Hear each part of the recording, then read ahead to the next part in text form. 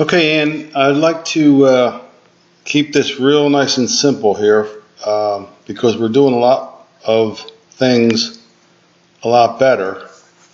But do you see how when you set up to the ball, if I put a line right through you as if it was a stake, head through the head down the spine, your head is slightly behind the line.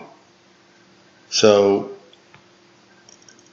just so you know what I mean, this side of the line is what I call behind the line, and this side is what I call ahead of the line.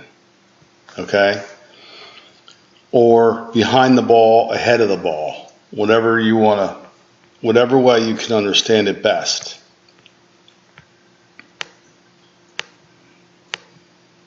Okay? So when we make our backswing, remember it's a turn, not a sway. Okay? Now you see where your head is behind the line, right? So this, your hip can start down, but if it does do that correctly, your spine, your upper body, your torso will still have this tilt to it. So I draw a line down your shirt there, and you see the tilt? Okay, now watch. If you run ahead, now you're ahead of that line. And the club's not nearly down to the ball yet. You're way ahead of the line now. Okay, and the club's not nearly down to the ball yet. So that's why you'll top sometimes, and definitely why you hit them weak to the right. We are trying to change this relationship of your upper body to the arms and club of the golf ball. So I've showed you these videos many times, but we always come back to look at what these great professionals do here. And you'll notice that great players have this relationship to the ball when they hit it. This is power, okay? So there's her, again, the angle of her torso. It's tilted.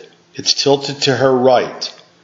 But when you had it tilted, but now it's very straight, and your line here has you pretty far ahead of the ball. That's a power outage, major power outage. And that's also why you have to chicken wing the hit. See, we're not going to be able to get this arms extended like Michelle's here on the right until we get you to feel what it is to stay behind the ball. So when you get up to the top, what comes down first? The arms. You can't move ahead like this.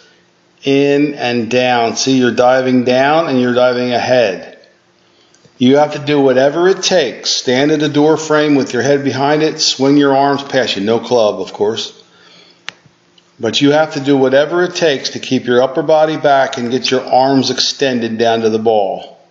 Because if you go the other way, you're never going to realize your potential of golf, period. But in the immediate aspect would be your distance potential.